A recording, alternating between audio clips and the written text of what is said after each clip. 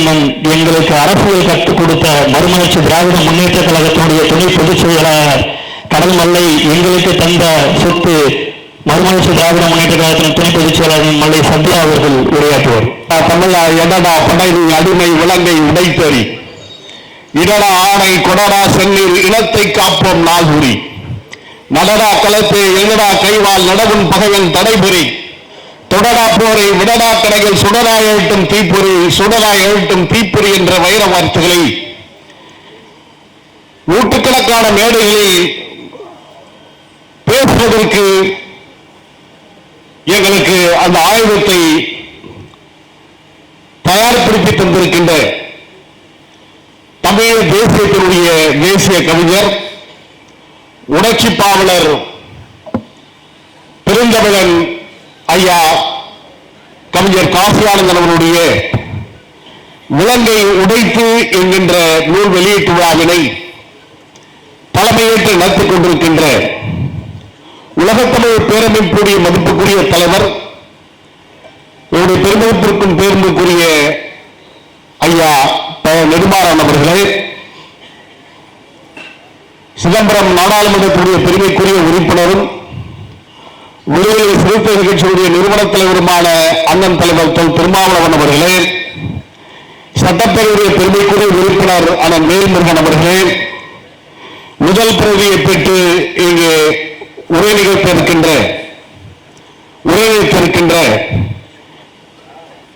பாசத்திற்குரிய அண்ணன் கலைப்புலி பானல் உள்ளிட்ட மேடையில் வீட்டிருக்கின்ற சான்றோர் பெருமக்களே, பெருந்தரலாக நிகழ்வில் பங்கேற்றிருக்கின்ற அன்பு பெரியோர்களே, அருமை தாய்மார்களே, உலகத்தில் ஏதோ ஒரு மூலையில் இருந்து தன்னுடைய இதய நேசத்துக்குரிய சகோதரர் உணர்ச்சி பாவலர் அண்ணன் காசி ஆனந்தன் அவருடைய இந்த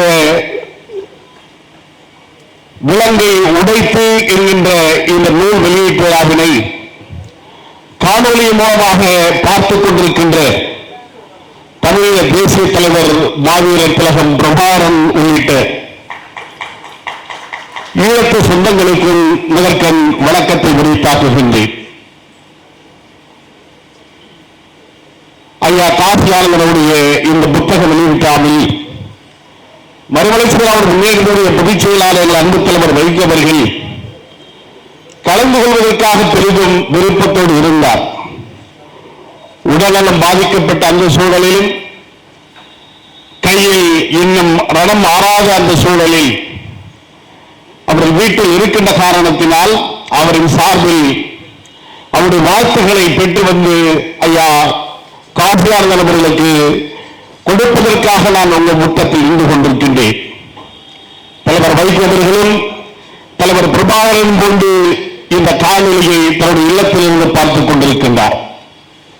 அந்த பெரியவர்களே, அருமை தாய்மார்களே, விலங்கை உடைத்து என்ற உன்னதமான படைப்பினை தமிழ் கூறும் நல்லுலகிற்கு ஐயா காசியானந்தன் அவர்கள் வழங்கியிருக்கிறார்கள். எல்லோரும் பேசியிருக்கிறார்கள், இன்னும் பேச வேண்டியவர்கள் நிறையவே இருக்கின்றார்கள்.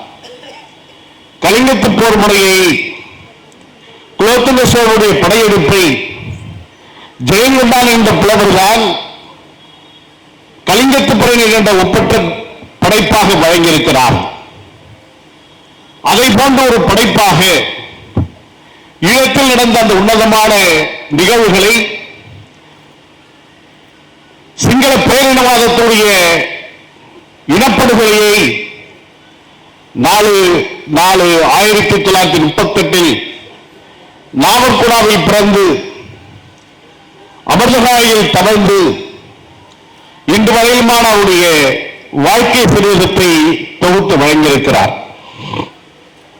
27 ஆண்டுகளில் தந்தை சில்வாவுடன் பணியாற்றிய அந்த அரசியல் காலங்கள், 33 ஆண்டு காலம் நெஞ்சில் சைனட் குப்பி அணிந்து ஒரு போராளியாக இருந்த அந்த காலத்தை வரிசைப்படுத்தி தமிழ் மண்ணுக்கு இதை வழங்கியிருக்கிறார்கள். எவ்வளவு பெரிய போராட்டம், எவ்வளவு நெடிய சித்திரவதைகள், பலமுறை சிங்களனுடைய பலிபீடத்தில் அவரும் நிறுத்தப்பட்டிருக்கிறார்.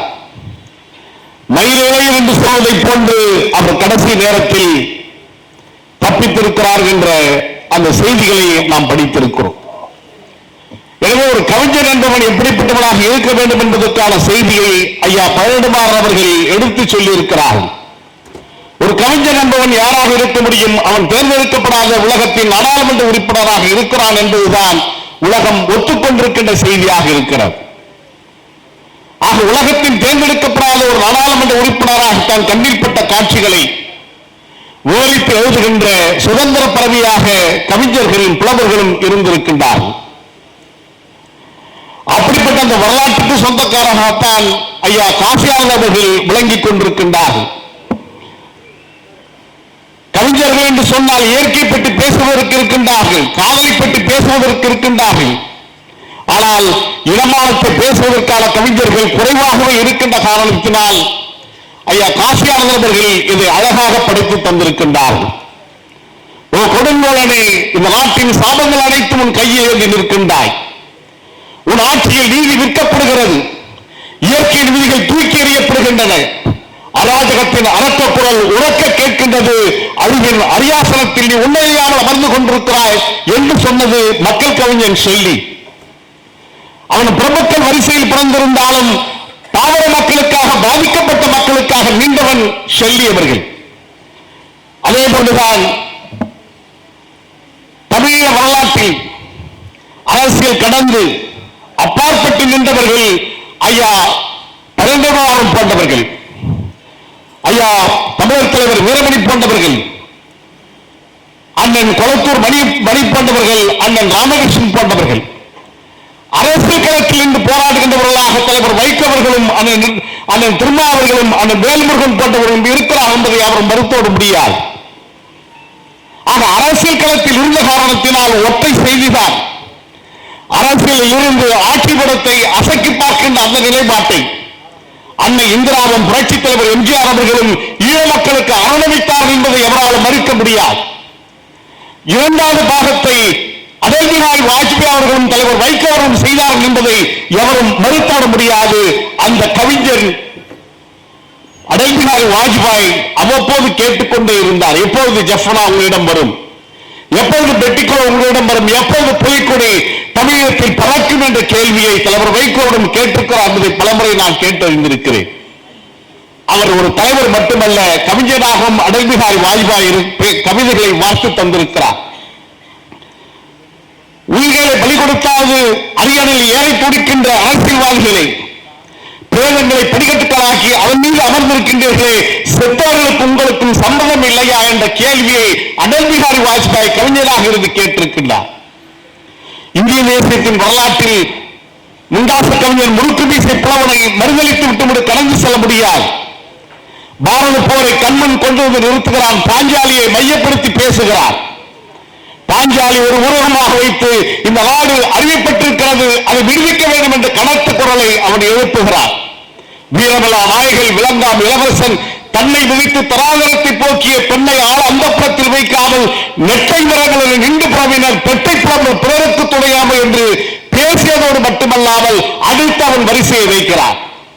சூதர் மனிதனிலே அன்னை தொண்டு மகளிர் உண்டு, சூதில் படையம் என்றால் ஆங்கோர் தொண்டச்சி போவது இல்லை, ஏது செய்து வைத்தாய் என்னை, யாரை வைத்தாய், மாதர்குல விளக்கை அன்பே வாய்ந்த வடிவழகை பூமி அரசுகளாம் கண்டே போட்ட வழங்குகின்றான், சாமி பூமிக்கோர் என்போர் சாந்தன பாஞ்சாலன், அவன் சுரவர்களை அன்னே ஆடி துவைத்து விட்டாய், தவறு செய்து விட்டாய் அன்னே, தர்மம் கொண்டு விட்டாய், சூரத்தில் கொண்டதில்லை அன்னே, வீரத்தினால் பெற்றோம் என்போர் வெற்றியினை பெற்றோம், சக்கரவர்த்தி என்றே மேலாண்மை கொண்டிருந்தோம், பொக்கான ஊர்கணத்தை எல்லாம் போக தொலைத்து விட்டாய், நாட்டையெல்லாம் ஆடி இழந்தாய், நாங்கள் பொறுத்திருந்தோம், மீண்டும் எமை அறிவு செய்தால் மேலும் பொறுத்திருந்தோம், துருபதன் மகளை துட்டத்தை நன் உடன்பிறப்பை இரு பகலை என்றாய், இவருக்கு அடிமை என்றாய், ஐயோ இது மறுப்பதற்கில்லை தம்பி, கதரை வைத்திருந்தால் அண்ணன் கையை எரித்திடுவோம், எளிதை கொண்டு வா என்று கேட்டவன் பாரதி.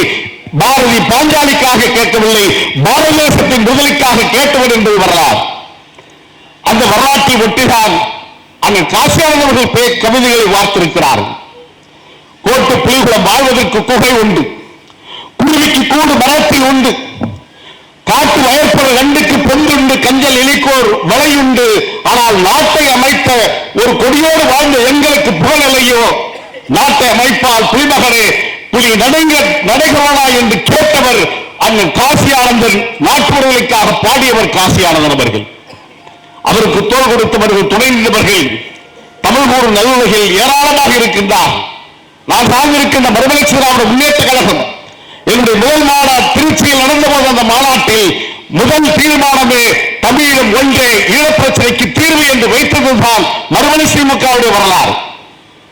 அதோடு மட்டுமல்லாமல் நாடாளுமன்றத்தில் பேசுகின்ற போது இடைமறித்து நாடாளுமன்ற உறுப்பினர்கள் விசங்கிரிப்பிய போது நீ விடுதலை புலிகளுடைய ஆதரவாளர் என்று நாடாளுமன்றத்தில் கேட்டபோது, ஆம் விடுதலை புலிகளை நேற்றும் ஆதரித்தேன், இன்றும் ஆதரிக்கிறேன், நாளையும் ஆதரிப்பேன் என்று சொன்னதற்காக 570 நாட்கள் 1.25 வருடம் புகா என்ற வெண்சிறையில் வாடியவர் தலைவர் வைக்கவர்கள்.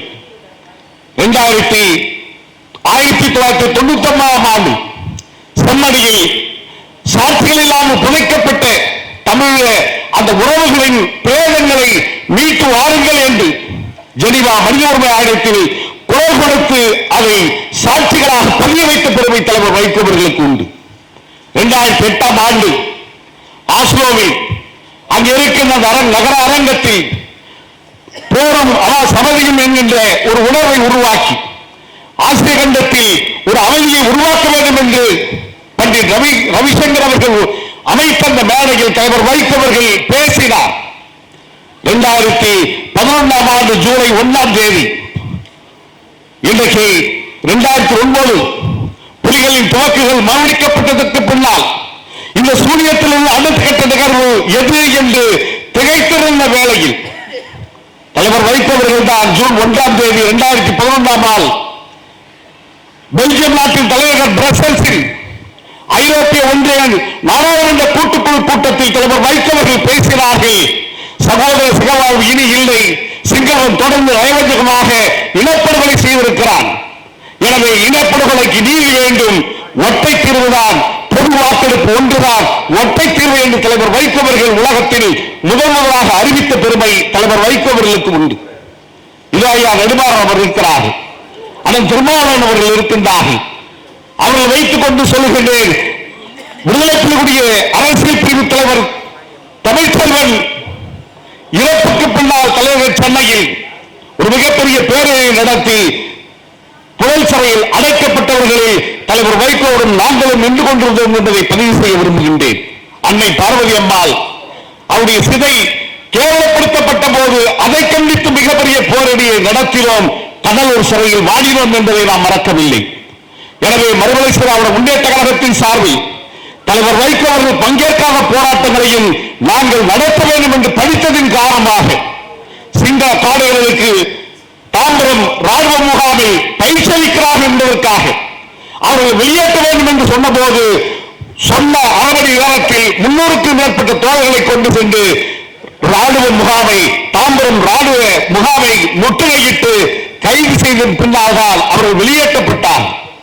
சென்னையில் பெரம்பூரில் ராணுவ சிங்கள ராணுவ பொறியாளர்களுக்கு பயிற்சி அளிக்கிறார்கள் என்ற நிலைமை வந்தபோது அவர்கள் ஊடுருவதற்கு முன்பாக நாங்கள் ஊடுருவி அவர்கள் விரட்டடித்த பெருமை எங்களுக்கு உண்டு. அதே போன்று சிங்கள பேரிடவாதத்தின் அதிபராக இருந்த ராஜபக்சே அவன் திருப்பதி திருமலைக்கு வருகிறான், பரிகாரம் தேடுவதற்காக வருகிறான், நம்முடைய வடக்கிளையில் வருகிறான்.